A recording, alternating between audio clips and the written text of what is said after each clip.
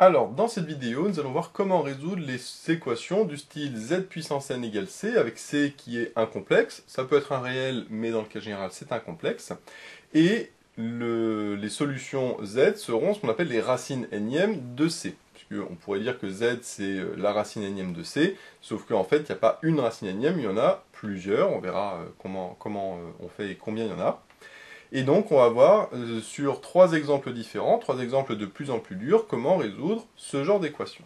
Alors avant de voir les exemples, il faut d'abord rappeler la formule pour résoudre ce genre d'équation. L'idée, ça va être déjà de transformer cette équation sous la forme z puissance n est égal à z' puissance n, avec z' qui est un complexe. Ça peut être un réel, mais du coup un réel, c'est jamais qu'un complexe particulier. Et donc l'idée c'est d'abord de transformer ce c, qui n'est pas avec une puissance, en z' puissance n, qui lui par contre est avec une puissance. Un exemple tout bête, c'est par exemple que 4, on peut dire que c'est 2 au carré, si jamais le n vaut 2. Voilà. Ce genre de choses, ou imaginons que le n est égal à 3, et bien le 27, on peut le transformer en 3 puissance 3. Voilà, c'est ce genre de transformation qu'on va faire. Alors ça c'est pour les réels, bien sûr quand on aura des complexes, ce sera beaucoup plus compliqué. Et une fois qu'on a transformé cette expression comme ça, eh bien on sait à ce moment-là, d'après le cours, que z est égal à z' fois exponentielle de 2i capi sur n, avec le k qui est un entier naturel compris entre 0 et n-1. Attention, n-1 pas n. Pourquoi? Parce que quand k égale 0, ça fait exponentielle de 0, ça fait 1, donc ça fait z'. Et quand k vaut n, et bien ici, ça fait 2i npi sur n, les n se simplifient, ça fait 2i pi, mais exponentielle de 2i pi, ça fait aussi 1. Donc à ce moment-là, on a aussi z'. Donc pour k égale 0 et pour k égale n, on a la même solution, donc forcément, je ne peux pas mettre de 0 à n, parce que sinon j'aurais deux fois la même solution, ce qui n'a pas de sens. Et donc le k varie de 0 à n-1. Et ce qui nous donne, de 0 à n-1, j'ai n solutions, donc ça veut dire que mon équation aura toujours n solutions distinctes. Donc, voyons voir ce que ça donne pour le premier exemple. Le premier exemple, ça va être le plus simple parce qu'on a un réel.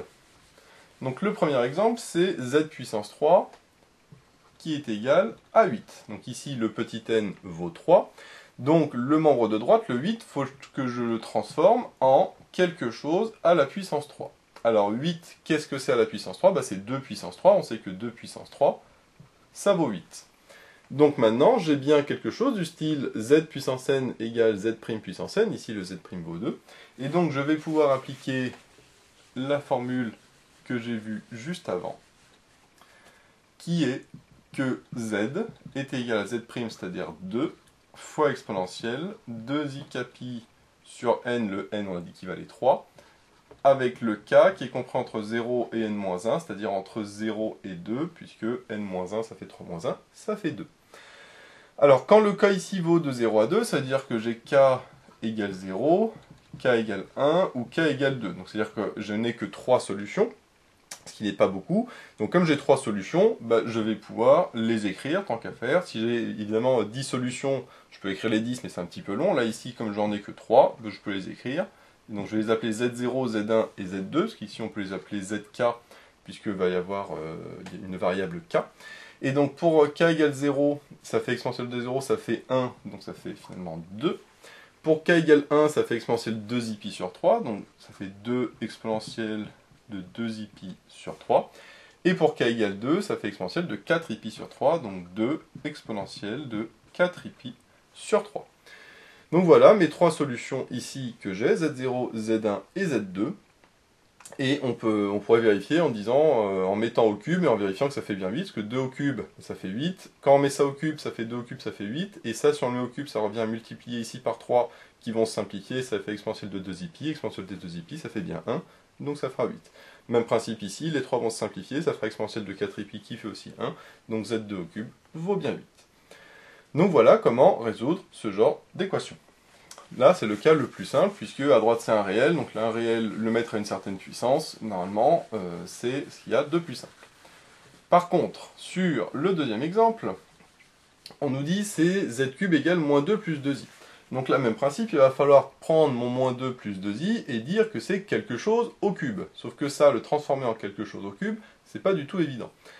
Donc, c'est pour ça qu'il y avait une question précédente qui était de développer le 1 plus i au cube. Donc on se doute que le 1 plus i au cube, en le développant, ça va me redonner ça, mais c'est ce qu'on va vérifier, et comme ça, le moins 2 plus 2j, je pourrais le remplacer par 1 plus i au cube. Donc on va faire comme ils disent, c'est-à-dire de développer le 1 plus i au cube.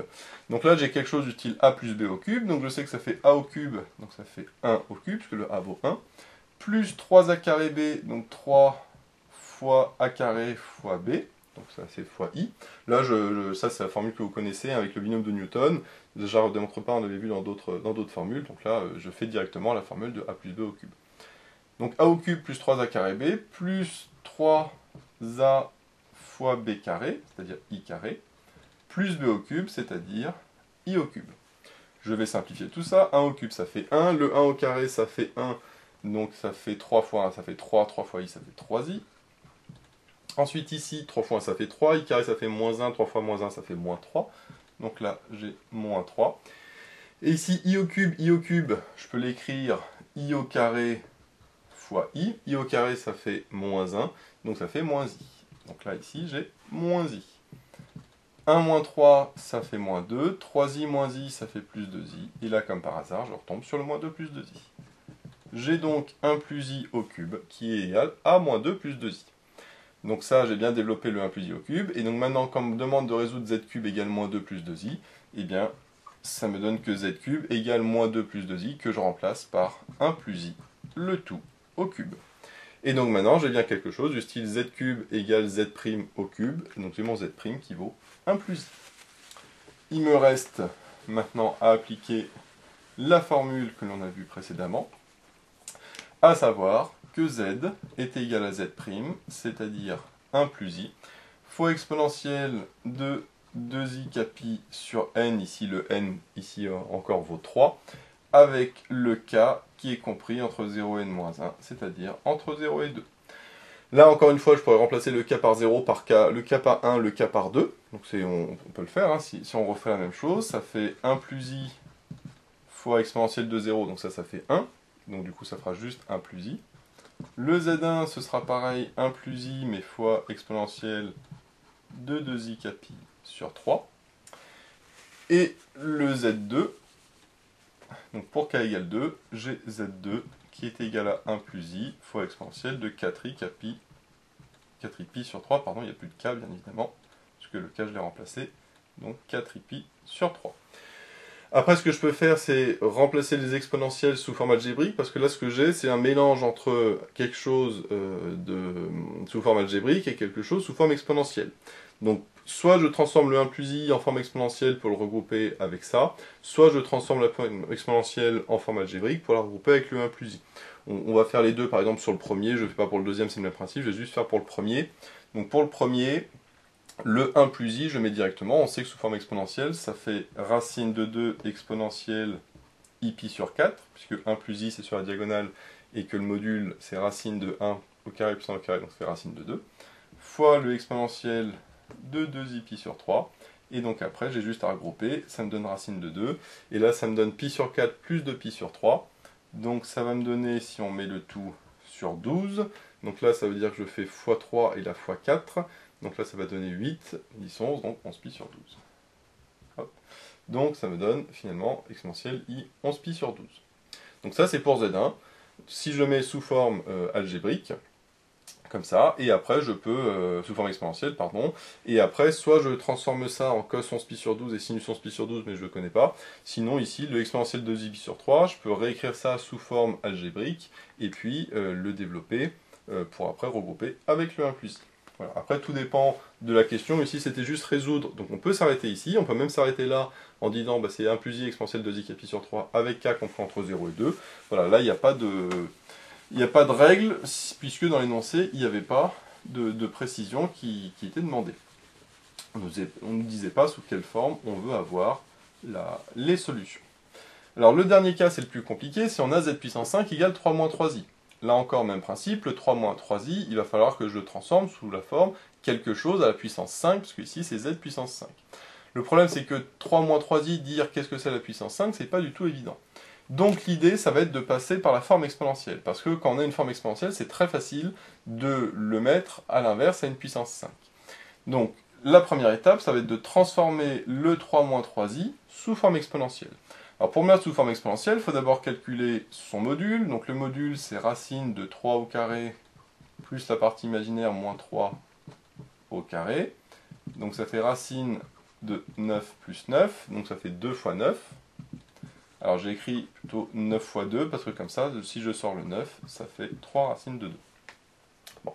Donc le module de 3 moins 3i, c'est du coup 3 racines de 2. Maintenant, pour avoir l'argument, je fais cos θ et sinus θ. Je sais que le cos θ, c'est la partie réelle sur le module, donc c'est-à-dire 3 divisé par 3 racines de 2. Et le sinus, c'est la partie imaginaire sur le module, c'est-à-dire moins 3 sur 3 racines de 2. Là, ici, les 3 se simplifient, ça me donne 1 sur racine de 2, et 1 sur racine de 2, je sais que ça fait racine de 2 sur 2. Là, même principe, moins 3 sur 3 racines de 2, je sais que ça fait moins racine de 2 sur 2. Et donc, quand le cosinus vaut racine de 2 sur 2 et que le sinus vaut moins racine de 2 sur 2, si je fais un petit cercle trigonométrique, le cosinus vaut racine de 2 sur 2, le sinus vaut moins racine de 2 sur 2, il est ici, c'est-à-dire que je suis là, et là, je sais que c'est moins pi sur 4. Alors, soit je peux dire que c'est 7 pi sur 4, soit je peux dire que c'est moins pi sur 4, hein, les deux conviennent. Donc ça me donne θ égale moins pi sur 4. C'est mieux de mettre moins pi sur 4 que 7 pi sur 4, ça fera des chiffres plus petits. Au final, on a toujours du sur 4, mais c'est mieux d'avoir un moins qu'un 7. Donc ça, c'est pour la première étape. Et donc on peut conclure cette étape en disant que finalement, le 3 moins 3i, donc le membre de droite, il est égal au module, c'est-à-dire 3 racines de 2, fois exponentielle iθ, c'est-à-dire exponentielle de moins ipi sur 4. Une fois qu'on a fait ça, eh bien, on va pouvoir remplacer dans l'expression que l'on a. Donc si on remplace dans l'expression, on a z puissance 5 qui est égal à 3 moins 3i, c'est-à-dire 3 racines de 2 exponentielle de moins ipi sur 4. Alors, vous allez me dire, on n'a pas résolu le problème parce qu'on n'a toujours pas quelque chose du style z' à la puissance 5. Mais maintenant que c'est sous forme exponentielle, on peut facilement le mettre sous forme de quelque chose à la puissance 5, tout simplement en prenant la racine cinquième du module qui existe parce que c'est positif, donc que ce soit la racine cinquième, quatrième, etc., ça existera forcément. Et pour prendre la racine cinquième de l'exponentielle, il suffit de diviser l'argument par 5. C'est-à-dire que je vais écrire que c'est racine cinquième de 3 racines de 2, alors c'est très moche, mais bon, ça existe. Et ça, l'exponentielle, je vais diviser l'argument par 5, et donc si je fais pi sur 4 divisé par 5, ça fait pi sur 20, parce que le fait de diviser par 5 revient à mettre un 5 au dénominateur. Donc ça fait exponentielle i pi sur 20, et tout ça, je le mets à la puissance 5. Alors pourquoi est-ce que ça marche? Parce que ici, quand je prends la racine cinquième, ça fait puissance 1 sur 5, et puissance 1 sur 5, après quand je fais x5, 1 sur 5 x 5, ça fait 1, je retombe bien là-dessus. Ici, quand je fais l'exponentielle à la puissance 5, ça revient à multiplier le pi sur 20 par 5, et puis sur le 5 et le 20 simplifient, ça fait sur 4, on retombe là-dessus.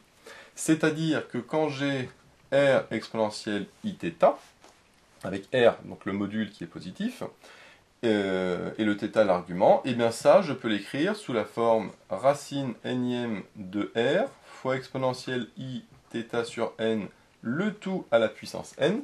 C'est ce que j'ai fait ici avec le n qui vaut 5. Et en faisant ça, eh ben, je transforme n'importe quel complexe en un autre complexe à la puissance n. Et ce, quelle que soit la valeur de n. Alors, sauf bien sûr quand le n vaut 0, parce qu'ici c'est le dénominateur, mais bon, le n ne vaudra jamais 0. Et ici, la racine nème de r existe forcément, puisque le r est nécessairement positif, puisque c'est un module. Et une fois que j'ai fait ça, là, le plus dur a été fait, puisque maintenant je retrouve z puissance n égale z' puissance n, et donc il me suffit d'appliquer la formule qui est z égale z', alors qui ici n'est pas très joli, mais c'est pas grave, hein, c'est un complexe qui existe. Donc ça fait z' fois exponentielle de 2i capi sur n, donc ici le n il vaut 5, je vais pouvoir l'enlever, avec le k qui est compris entre 0 et n-1, et n-1 ici vaut 4 puisque le n vaut 5, donc ça fait le k qui est compris entre 0 et 4. Hop, de 0 à 4. Donc là par contre je ne vais pas les écrire parce que ici ça ne va pas trop simplifier, surtout avec le module. On peut regrouper bien sûr éventuellement les exponentielles, les deux exponentielles, on pourrait le faire. Mais ici il n'y a pas d'intérêt ici à écrire que toutes les formules avec k égale 0, k égale 1, k égale 2, k égale 3 et k égale 4. Ce serait trop long. Et puis je dis comme ici ça ne simplifie pas nécessairement, à part les exponentielles éventuellement, ça n'a pas beaucoup d'intérêt. Donc voilà un petit peu l'idée de ce genre de calcul. Comme on le voit, il peut y avoir des cas simples, des cas un petit peu plus compliqués avec des aides, ou des cas encore plus compliqués sans aide. Et à ce moment-là, on sait que, quel que soit le complexe qu'on a à droite, de toute façon, en le passant sous forme exponentielle, on pourra toujours le mettre à n'importe quelle puissance, grâce à la petite méthode qu'on vient de voir juste avant. Donc voilà, j'espère que cette vidéo vous sera utile. N'hésitez pas à vous abonner pour être au courant des nouvelles vidéos qui sortiront. J'ai mis le lien dans la description vers l'énoncé de l'exercice, ainsi que vers d'autres exercices sur les racines énièmes. J'ai également mis le lien vers la page Tipeee où vous pouvez soutenir Méthode Maths. Et moi je vous dis à bientôt pour de nouvelles vidéos.